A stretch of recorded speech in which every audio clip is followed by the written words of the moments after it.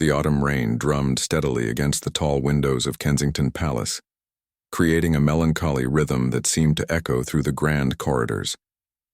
Catherine, Duchess of Cambridge, stood motionless in the drawing room, her fingers tracing the edge of an antique mahogany table that had witnessed countless royal conversations over the decades. The weight of the morning's events pressed heavily on her shoulders, though she maintained the composed posture that had become second nature after years in the public eye. She had received the call just after breakfast, while William was in his study reviewing state papers. The voice on the other end belonged to her personal secretary, Sarah, whose usually calm demeanor carried an unmistakable tremor. The tabloids had published another series of photographs, this time capturing what they claimed were intimate moments between Catherine and a longtime family friend during a charity event the previous week. The images, though innocent in reality, had been cropped and presented with sensational headlines that painted a picture of scandal and betrayal. Catherine's hands trembled slightly as she recalled the conversation. Sarah had explained that the palace press office was already working on damage control, but the story had gained momentum on social media faster than they could respond. The comment sections were filled with speculation, judgment, and cruel assessments of her character. People who had never met her were dissecting her every gesture, questioning her loyalty to William, and making assumptions about her private life based on carefully manipulated photographs. The irony wasn't lost on her. The charity event in question had been one she had organized to support families dealing with mental health challenges. She had poured weeks of preparation into ensuring its success, working closely with counselors and advocates to create meaningful connections between donors and the communities they were helping. The man in the photographs was David Hartwell, a childhood friend whose own struggle with depression had inspired much of her charitable work. Their conversation that evening had been about his recovery journey and how they might expand support programs for young people facing similar challenges. But none of that context mattered now. The narrative had been set, and Catherine knew from bitter experience how difficult it would be to change public perception once the gossip mill began turning. She thought about William, who would undoubtedly see the headlines within the hour if he hadn't already. Their relationship had weathered many storms, but each new controversy brought its own unique strain. She worried about how this would affect their children, George, Charlotte, and Louis, who were still too young to fully understand the harsh realities of royal life, but old enough to sense when their parents were troubled. Moving to the window, Catherine gazed out at the palace gardens where she often took walks to clear her mind. The rose bushes were dormant now, their bare branches reaching toward the gray sky like fingers grasping for something just out of reach. She remembered the early days of her relationship with William, when their biggest concern was finding private moments away from the paparazzi's lenses. Those challenges seemed simple compared to the complex web of public expectations, protocol, and personal desires that now defined their daily existence. Her phone buzzed with another message from Sarah, this one containing a preliminary statement drafted by the communications team. The words felt cold and clinical, designed to minimize damage rather than convey truth. Catherine understood the necessity of such statements, but they always left her feeling disconnected from her own experience. How could a few carefully chosen sentences capture the complexity of human relationships and the pain of being misunderstood on such a public scale? She thought about calling her mother, Carol, whose practical wisdom had guided her through many difficult moments over the years. But Catherine hesitated, knowing that involving her family would only expand the circle of people affected by the controversy. The Middleton family had already endured years of scrutiny and criticism simply for their connection to the royal family. Her parents had handled it all with remarkable grace, but Catherine could see the toll it took, especially on her younger siblings who had their own lives and careers to protect. The sound of footsteps in the corridor outside made Catherine's heart rate quicken. She recognized William's purposeful stride and the particular way his shoes clicked against the marble floor when he was carrying tension in his shoulders. He would have seen the headlines by now, probably briefed by his own staff while she was still processing the initial shock. She wondered what his first reaction had been and whether he had felt the familiar surge of protective anger that often accompanied attacks on their family. Catherine moved away from the window and settled into one of the cream-colored armchairs that faced the door. She wanted to appear calm and composed when William entered, though she felt anything but peaceful inside. Years of royal training had taught her to compartmentalize her emotions, to present a steady facade even when her world felt like it was spinning out of control. But the effort required to maintain that composure was exhausting, and she sometimes wondered if William truly understood the toll it took on her. The door handle turned slowly, and Catherine felt her breath catch in her throat. She had learned to read William's moods from the way he entered a room, and today there was something different in his approach. The usual confidence was still there, but underneath it, she sensed a weariness that matched her own. As the door opened and William stepped across the threshold, Catherine prepared herself for a conversation that would determine not just how they handled this immediate crisis, but how they would continue to navigate the impossible balance between public duty and private pain that defined their extraordinary yet challenging life together. William's face was a carefully controlled mask as he stepped into the drawing room, but Catherine could see the storm brewing behind his blue eyes. He carried his tablet in one hand and his phone in the other, both devices undoubtedly filled with messages from advisors, press secretaries, and family members who had already seen the morning's headlines. His jaw was set in that particular way that Catherine had learned to recognize over their years together. The way it tensed when he was fighting to contain emotions that threatened to overwhelm his royal composure. He didn't speak immediately, instead, closing the door behind him with deliberate care and setting his devices on the side table near the entrance. The silence stretched between them, heavy with unspoken thoughts and the weight of too many similar conversations they'd had over the years. Catherine watched as he ran his hand through his hair, a gesture she knew indicated he was struggling to find the right words. It was a habit from their university days that had never quite disappeared, despite years of media training and public speaking. "I've seen them," William said finally, his voice carefully neutral but carrying an undercurrent of barely controlled frustration. He didn't need to specify what he meant. They both knew that "them" referred to the photographs splashed across multiple tabloid websites and social media platforms, each one accompanied by increasingly sensational headlines that seemed designed to cause maximum damage to their reputation and relationship. Catherine nodded, unsure whether to feel relieved that he was addressing the situation directly or worried about what his controlled tone might be hiding. She had learned that William's anger often manifested as cold professionalism rather than heated outbursts, a coping mechanism developed during his military service and refined through years of dealing with press intrusions. But this composure sometimes made it difficult for her to gauge his true feelings about situations that affected them both. "The palace is already working on a response," William continued, moving toward the fireplace where family photographs sat arranged on the mantelpiece. He picked up one of their wedding pictures, studying it as if seeing it for the first time. "But you know how these things go. The damage is done in the first few hours before anyone has a chance to present the truth." Catherine felt a familiar ache in her chest as she watched him handle the photograph. It captured them in a moment of pure joy, surrounded by friends and family, blissfully unaware of the challenges that lay ahead. She remembered feeling invincible that day, certain that their love could weather any storm the world might throw at them. The naive optimism of that younger version of herself seemed almost heartbreaking now. "David called this morning," she said quietly, referring to the friend whose presence in the photographs had sparked the controversy. "He's mortified about the whole thing. He wanted to release his own statement explaining the context of our conversation, but I told him to wait for guidance from the communications team." William set the photograph down and turned to face her, his expression softening slightly. "This isn't David's fault, and it's not yours either. You were doing what you always do, connecting with people who need support and making a difference in their lives. The fact that someone can twist that into something ugly says more about them than it does about you." The understanding in his voice nearly broke Catherine's composure. She had been bracing herself for questions, for doubt, for the kind of painful conversation that seemed to follow every public controversy. Instead, William's immediate support reminded her why she had fallen in love with him in the first place. But even as relief washed over her, she couldn't shake the feeling that this pattern was becoming unsustainable. "I'm tired, William," she admitted, the words coming out more vulnerable than she had intended.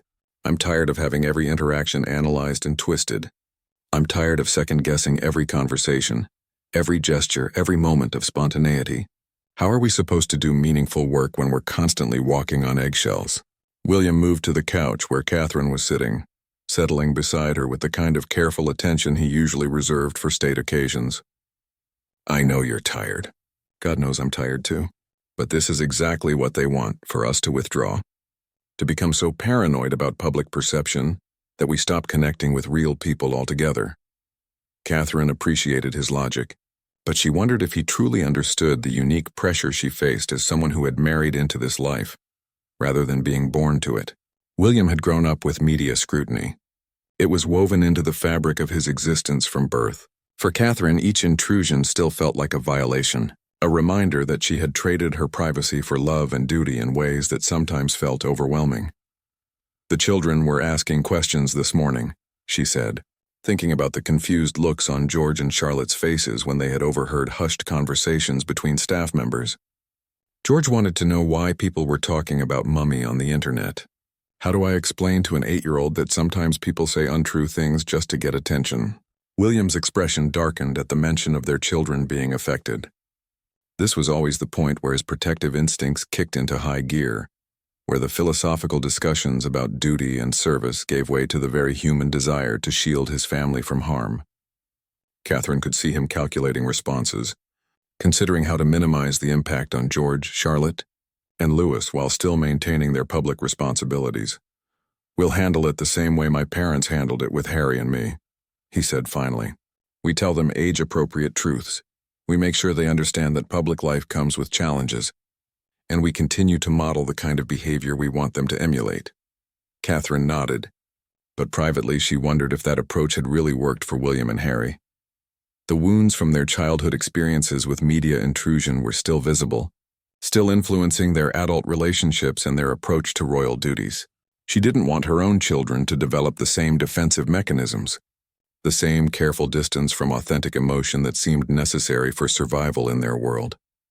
The sound of rain intensifying against the windows provided a backdrop to their conversation, and Catherine found herself thinking about all the ordinary couples who were probably having ordinary disagreements about ordinary problems at this very moment. She envied them their privacy, their ability to work through difficulties without the weight of public expectation and institutional protocol shaping every decision. The afternoon brought a parade of advisors, each carrying folders filled with analysis, polling data, and strategic recommendations for managing the crisis. Catherine sat through meeting after meeting, watching as her personal pain was transformed into charts and graphs, her reputation reduced to numbers and percentages that determined the palace's next moves. The conference room felt increasingly claustrophobic as communications specialists debated the merits of different response strategies, their voices blending into a background hum of professional concern that seemed disconnected from the human reality of the situation. She found herself studying the faces around the polished oak table, wondering if any of these well-meaning people truly understood what it felt like to have your every interaction scrutinized and misinterpreted. Most of them had worked for the royal family for years, some for decades, but they could go home each evening to lives that were entirely their own. They could have private conversations without wondering how they might appear to an outside observer, could show affection to friends without calculating the potential for misunderstanding. "The key is to get ahead of the narrative," explained James Morrison, the head of digital communications, his fingers dancing across his laptop keyboard as he pulled up social media analytics. "The story is gaining traction primarily among certain demographic groups who were already skeptical about the Duchess. If we can provide compelling counter-narratives within the next 6 hours, we can minimize long-term damage to public perception." Catherine listened to James describe her life as if it were a brand to be managed, a product whose image needed protection. She understood the necessity of such approaches. The monarchy's survival depended partly on public support, and public support required careful cultivation of reputation and image. But the clinical nature of these discussions always left her feeling hollow, as if the authentic person beneath the public persona had become irrelevant to everyone except herself. William squeezed her hand under the table, a small gesture that reminded her she wasn't entirely alone in this strange world of managed authenticity, but even his support came with its own complications. As the future king, William's reputation was even more crucial to protect than her own. Every scandal that touched her reflected on him, on the institution he would one day lead, on the stability of the monarchy itself. The weight of those implications sometimes made their personal relationship feel like a secondary consideration to larger historical forces. "What about the charity angle?" suggested Sarah Chen, the deputy press secretary. The Duchess was at this event specifically to support mental health initiatives. "We could emphasize the positive impact of her work, perhaps arrange for some of the beneficiaries to speak about how the programs have helped them." Catherine felt a spark of hope at this suggestion. The mental health charity work was one of the few aspects of her royal role that felt entirely authentic to her. She had become passionate about reducing stigma around mental health issues, partly because of her own struggles with anxiety and depression following intense media scrutiny in the early years of her relationship with William.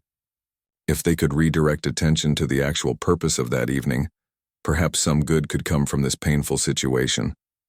But her hope dimmed as the conversation continued. Even this positive approach would require careful choreography, media training for potential speakers, background checks on anyone who might be interviewed. The spontaneous human connections that made her charity work meaningful would be transformed into managed public relations opportunities. Everything authentic seemed to get lost in the machinery of image management. "I think we need to consider a more direct approach," said Michael Harrison, William's private secretary, his tone suggesting he had been waiting for the right moment to introduce a more controversial strategy. "Perhaps it's time for the Duchess to give a more personal interview, something that allows her to address these persistent rumors and media intrusions directly." The room fell silent. Personal interviews were rare for working royals, typically reserved for major life events or significant anniversations. They represented a departure from the traditional royal approach of maintaining dignified silence in the face of criticism. But they also offered an opportunity to control the narrative in ways that prepared statements and managed events could not. Catherine felt her stomach tighten at the suggestion. She had given several interviews over the years, but each one required weeks of preparation and left her feeling exposed and vulnerable. The questions never stayed within the carefully negotiated boundaries, and she always worried about saying something that could be taken out of context or misinterpreted. The idea of discussing her personal relationships and private struggles in front of television cameras felt particularly daunting given her current emotional state. "What kind of interview are you thinking?" William asked, his tone carefully neutral, but his hand tightening almost imperceptibly around Catherine's. She could sense his own ambivalence about the suggestion. Interviews offered control, but they also created opportunities for new mistakes, new controversies, new ways for their words to be twisted and misrepresented. Michael leaned forward, his expression earnest.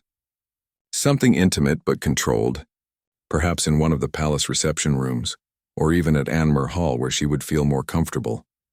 We could focus on her charitable work, her role as a mother, her commitment to public service, address the rumors indirectly by demonstrating the reality of her character and priorities." Catherine tried to imagine herself sitting across from a television interviewer, attempting to explain her friendship with David Hartwell while cameras captured every micro-expression, every hesitation, every moment of emotional vulnerability. The logistics seemed overwhelming. The preparation, the wardrobe decisions, the careful parsing of every potential question and response. And underneath all the practical concerns lay a deeper fear about exposing herself so completely to public judgment. "Can I have some time to think about it?" she asked, surprised by how small her own voice sounded in the grand conference room. These rooms were designed to make important decisions about matters of state, not to dissect the personal struggles of individuals who happen to be born into or married into extraordinary circumstances. The meeting continued for another hour, covering everything from social media strategy to coordinated responses from other royal family members. Catherine participated when required, but part of her mind wandered to thoughts of her former life, when her biggest concern had been managing her family's party planning business, and the most public scrutiny she faced was an occasional mention in local newspapers. As the advisors finally gathered their materials and filed out of the room, Catherine remained seated, staring at the portraits of previous monarchs that lined the walls. Each painted face represented someone who had navigated similar challenges, who had found ways to balance personal desires with public duties. But their struggles had played out in an era before social media, before 24-hour news cycles, before every citizen could become a photographer and publisher with a smartphone.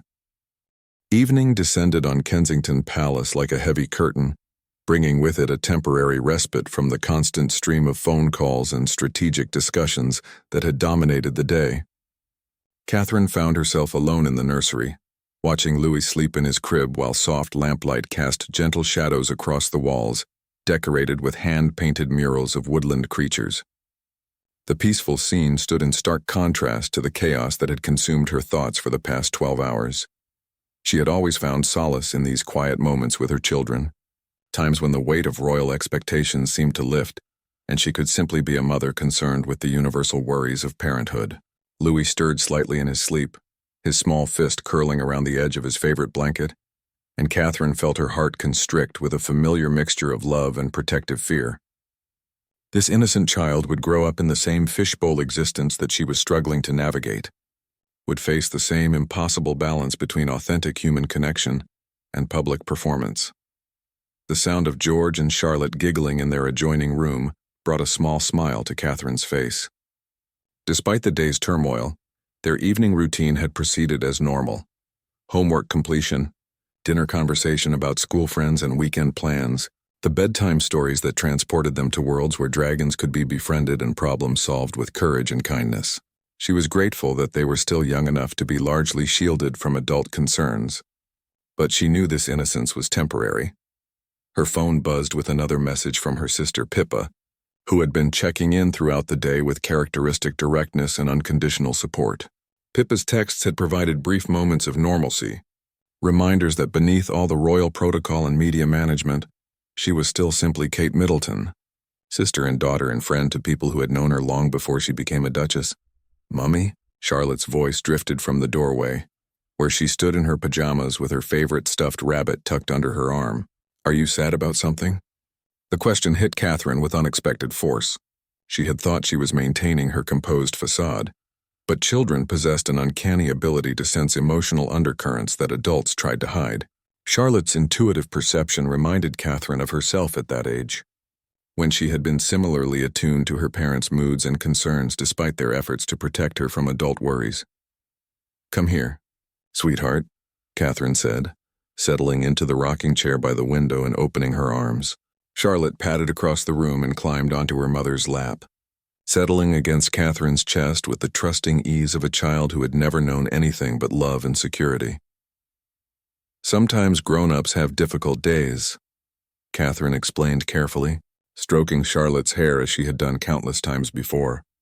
"But having you and George and Louis makes everything better.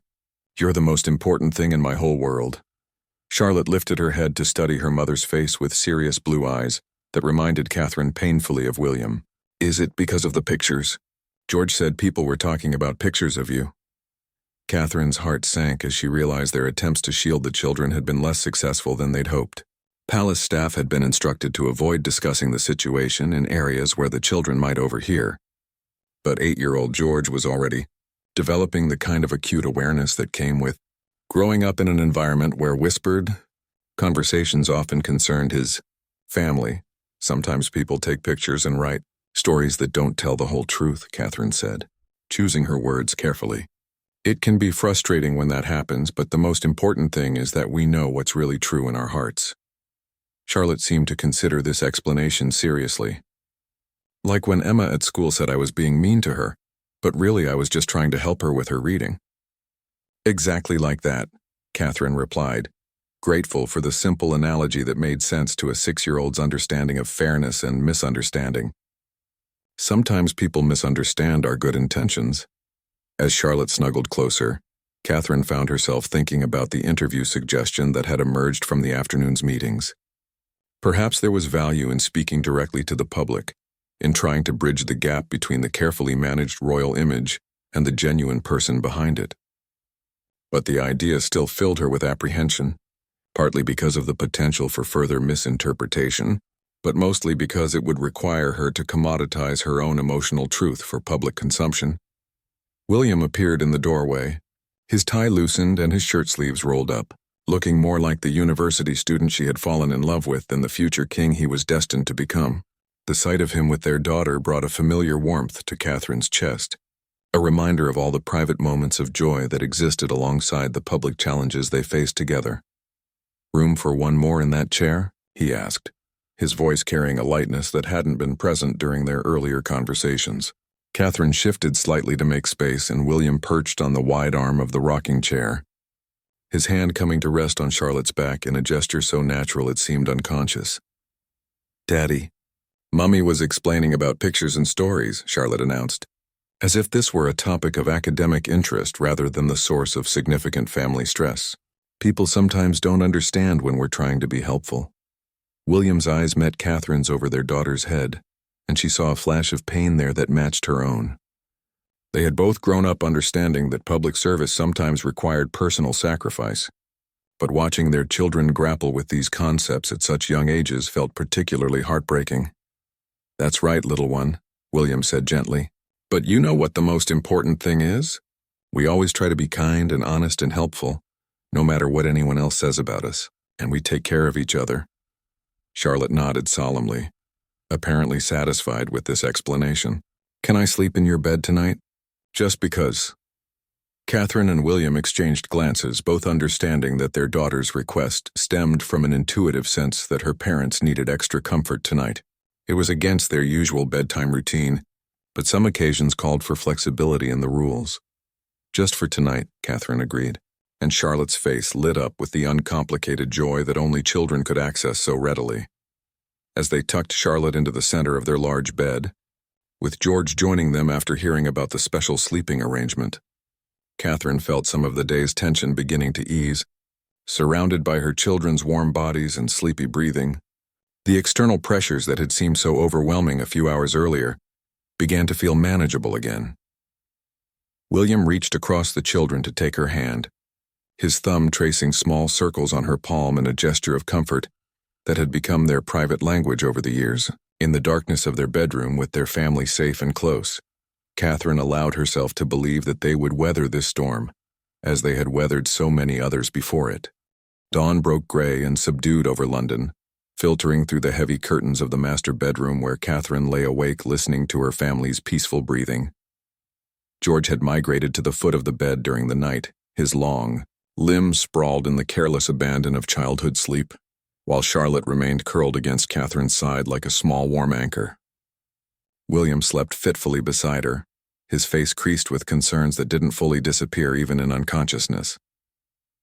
Catherine's phone sat silent on the nightstand, but she knew it contained dozens of messages from well-meaning friends, family members, and colleagues offering support and advice.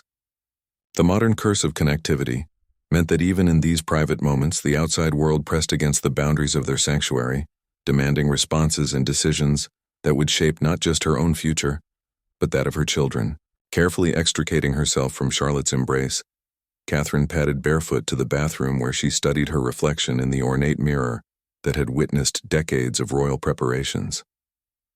The face that looked back at her showed the strain of recent months, subtle lines around her eyes that spoke of sleepless nights and carefully controlled smiles, a tightness in her jaw that came from constantly measuring her words and expressions for public consumption.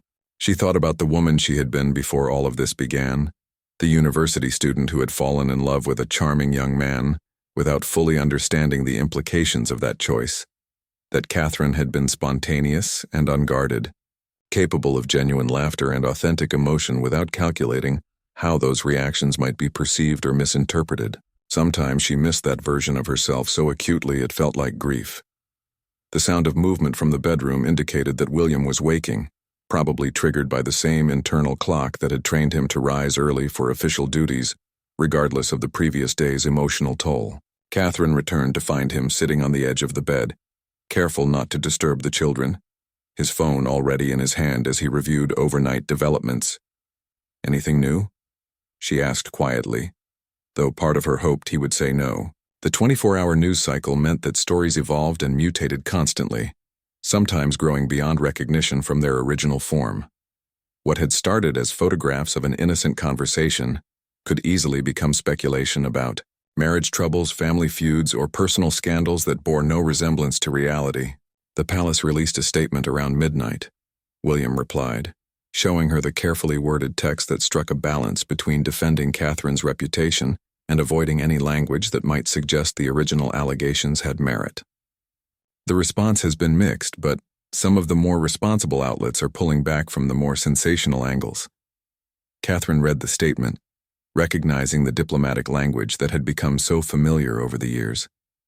Every word had been chosen for maximum impact and minimum risk, crafted by communications professionals who understood the delicate art of royal messaging.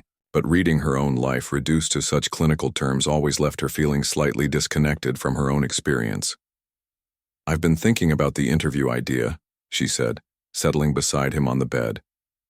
The decision had been forming in her mind during the sleepless hours before dawn, emerging from a growing sense that passive responses were no longer sufficient. Maybe it's time to try a different approach. William turned to study her face, searching for signs of the uncertainty she was working to suppress. "Are you sure? Once we go down that path, there's no taking it back. Everything you say will be analyzed and dissected and probably taken out of context anyway." Catherine understood his concerns, but she was beginning to feel that silence had become its own kind of prison. "At least it would be my voice, my words, my truth. Even if people misinterpret it, at least I'll know I tried to represent myself honestly instead of hiding behind prepared statements." The idea of speaking directly to the public terrified her, but it also offered something that had been missing from their usual crisis management strategies: the possibility of authentic human connection. Perhaps if people could see her as a real person rather than a carefully constructed public image, they might be more inclined to extend the benefit of the doubt when rumors and speculation arose. Charlotte stirred between them, her sleepy voice mumbling something about breakfast and ponies, providing a welcome reminder of the normal family life that continued to exist alongside their public responsibilities. These moments of ordinary domesticity were precious precisely because they were so rare in their carefully scheduled existence. "If we do this," William said carefully, "we need to set very clear boundaries about what's off limits. The children, our private conversations, specific details about security arrangements, and you need to be prepared for follow-up questions that go beyond whatever we agree to discuss." Catherine nodded, appreciating his protective instincts while also feeling grateful that he wasn't trying to talk her out of the decision entirely. One of the things she loved most about William was his ability to support her choices even when they made him uncomfortable, trusting her judgment even when his own inclinations ran in different directions. "I want to talk about the charity work," she said, her voice gaining strength as she articulated her vision for the interview. "About why mental health support matters so much to me, about the real people I've met who are struggling with these issues. If I'm going to put myself out there, I want it to serve a purpose beyond just defending my reputation." George chose that moment to wake up, his hair sticking up in impossible directions as he blinked sleepily at his parents. "Are we having breakfast in bed?" he asked hopefully, apparently assuming that any deviation from normal routine might lead to additional treats and privileges. "Not today, sweetheart," Catherine replied, ruffling his hair affectionately. "But we could have pancakes downstairs if you help Charlotte get dressed." The promise of pancakes motivated both children to climb out of bed and begin their morning preparations, filling the room with the cheerful chaos that Catherine had learned to treasure. These glimpses of normal family life provided an emotional anchor that helped her maintain perspective during the most challenging periods of public scrutiny. As William headed to his dressing room to prepare for a day filled with official duties, Catherine remained in the bedroom for a few more minutes, gathering her emotional resources for whatever the day might bring. The decision to pursue an interview felt both terrifying and liberating, a choice to step out from behind the protective barriers of royal protocol and speak as one human being to others. She thought about David Hartwell, whose friendship had inadvertently triggered this latest crisis, and felt a pang of regret that his own struggles with mental health had been overshadowed by media speculation about their relationship. Perhaps through an interview, she could redirect attention to the issues that truly mattered, using her platform to amplify voices that rarely received public attention. The morning light was growing stronger now, painting the bedroom in soft, golden tones that made everything seem more hopeful than it had in the gray pre-dawn hours. Catherine took this as a positive sign, a reminder that difficult periods always eventually gave way to brighter days, both literally and metaphorically. The preparation for the interview consumed the following week, like an elaborate theatrical production. Catherine found herself in the unusual position of rehearsing her own life story, practicing responses to questions about experiences and emotions that felt too personal to package for public consumption.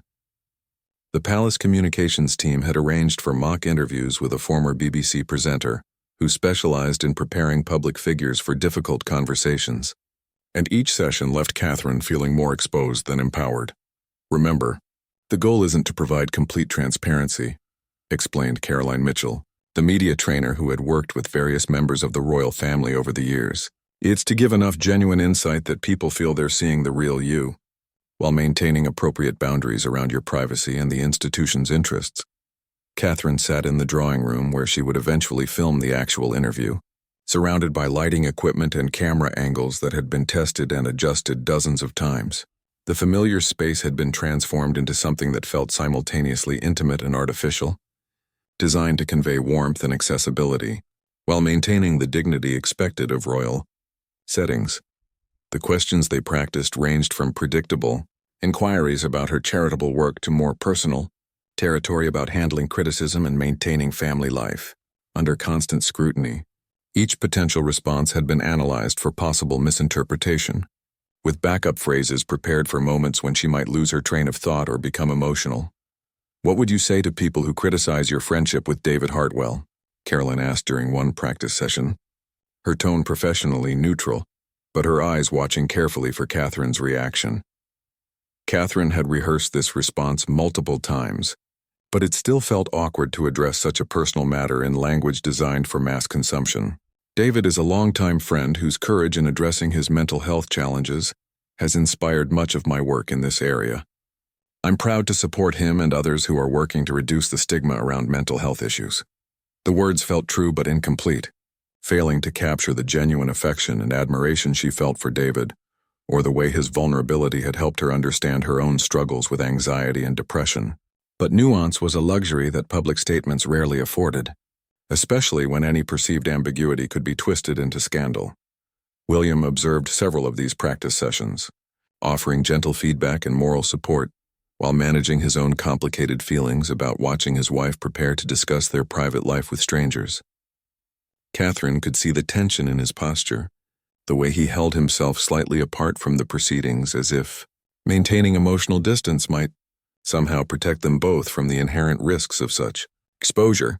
"You don't have to do this," he reminded her after a particularly challenging rehearsal where questions about their marriage had left her feeling raw and defensive. "We can still handle this through traditional channels." Catherine appreciated his concern, but she had committed herself to this path, partly because the traditional channels had never felt adequate to address the fundamental disconnect between her public image and private reality. "I need to try," she said simply. "I need to know that I did everything I could to tell my own story instead of letting other people define me." The night before the interview, Catherine couldn't sleep despite the exhaustion that had accumulated over days of preparation. She found herself in the palace kitchen at 3 a.m, making tea and thinking about her grandmother's advice about facing difficult situations with grace and honesty. Her grandmother had never navigated anything quite like this, but her wisdom about maintaining dignity while staying true to one's values felt relevant nonetheless. She thought about the millions of people who would potentially watch the interview, trying to imagine their faces and concerns. Some would be genuinely interested in understanding her perspective, while others would watch with skepticism or even hostility, looking for evidence to support their existing opinions about her character and worthiness for her role. The weight of trying to address such a diverse audience with a single conversation felt overwhelming. William found her there as dawn was breaking, wordlessly making his own cup of tea and settling beside her at the kitchen island where they had shared countless private conversations over the years. The domestic simplicity of the moment provided a sharp contrast to the elaborate production that awaited them in just a few hours. "Whatever happens today, I want you to know how proud I am of you," he said quietly. "It takes real courage to put yourself out there like this, especially when you know that some people will never give you a fair hearing regardless of what you say." Catherine felt tears prick at her eyes, moved by the sincerity in his voice and grateful for his support. even though she knew this decision caused him considerable anxiety. I keep thinking about Charlotte and George and Louis, about what kind of example I want to set for them about facing challenges. I want them to see that sometimes you have to speak up for yourself, even when it's scary. The morning passed in a blur of final preparations, wardrobe adjustments, and last-minute coaching from the communications team. Catherine had chosen a simple navy dress that conveyed both professionalism and approachability, paired with jewelry that had personal significance but wouldn't distract from her words. Every detail had been considered and analyzed, but she tried to focus on the substance of what she wanted to communicate rather than the optics of how it might be received. As the interviewer, Rebecca Thompson from ITV, arrived and began setting up her questions and notes, Catherine felt the familiar mixture of anticipation and dread that preceded any major public appearance. But underneath those surface emotions was a deeper sense of resolution, a feeling that she was finally taking control of her own narrative after years of responding to other people's interpretations of her life. The cameras would start rolling in less than an hour, and there would be no opportunity to take back whatever words emerged in the heat of the moment. Catherine closed her eyes and tried to center herself in the truth of her experiences, hoping that authenticity would prove more powerful than any amount of strategic messaging or media training.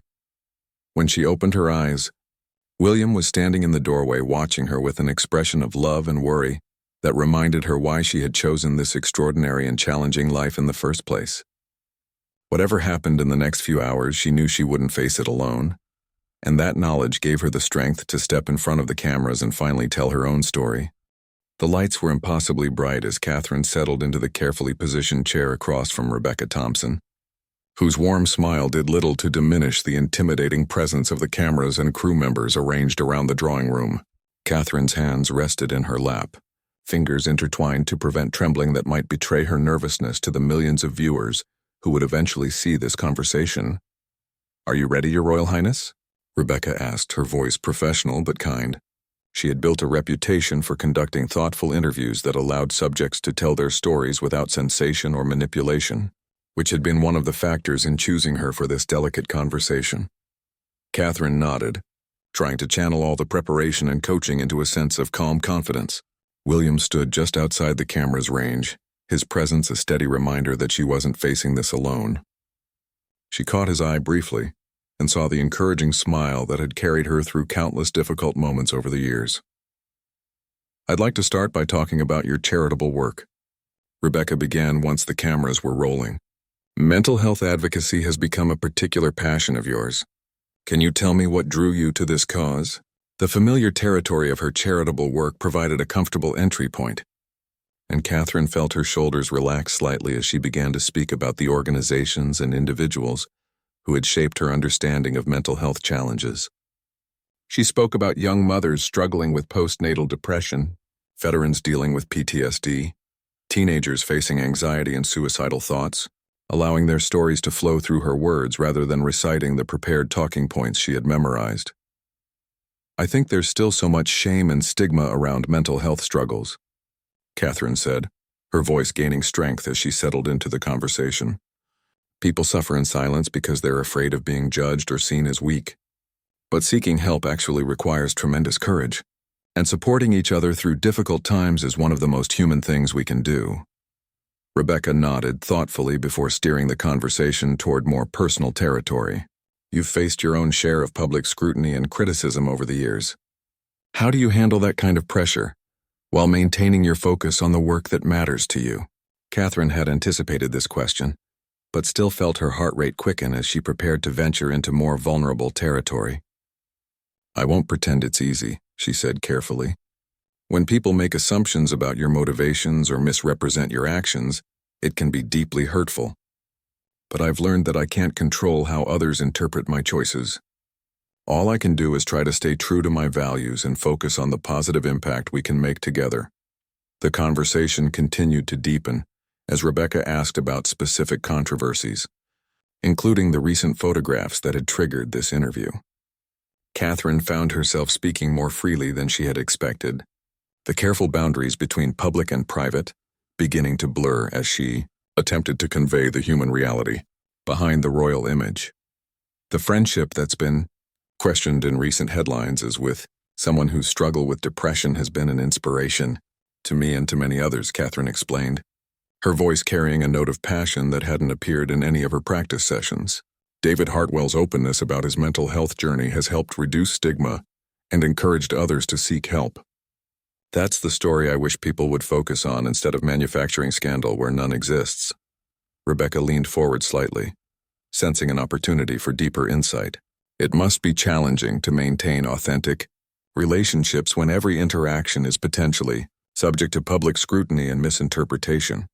Catherine felt tears prick at her eyes as the weight of this truth hit her more forcefully than it had during any of their preparation sessions.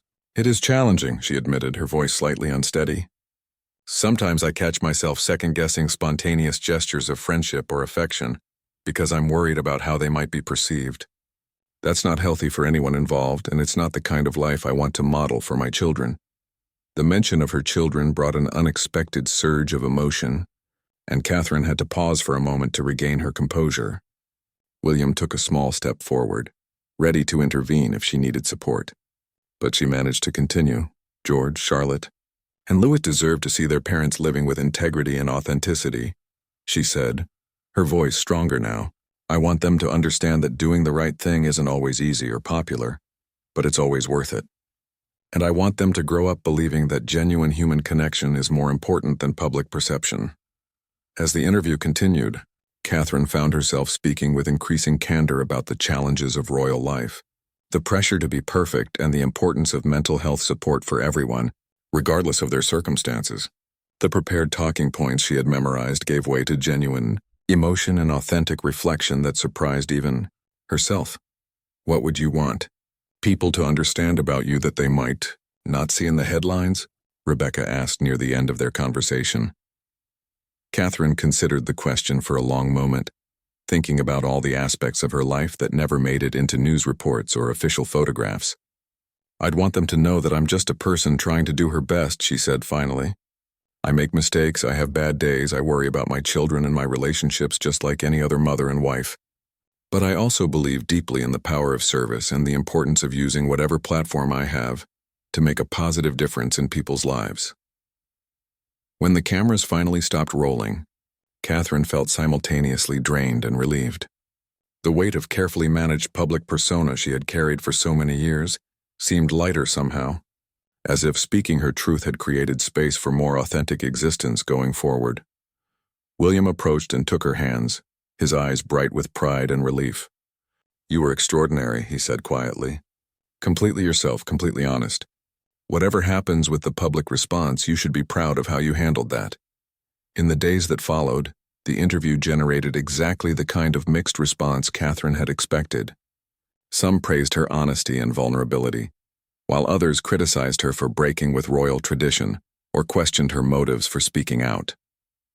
But buried among the predictable political reactions were messages from individuals who felt seen and supported by her words.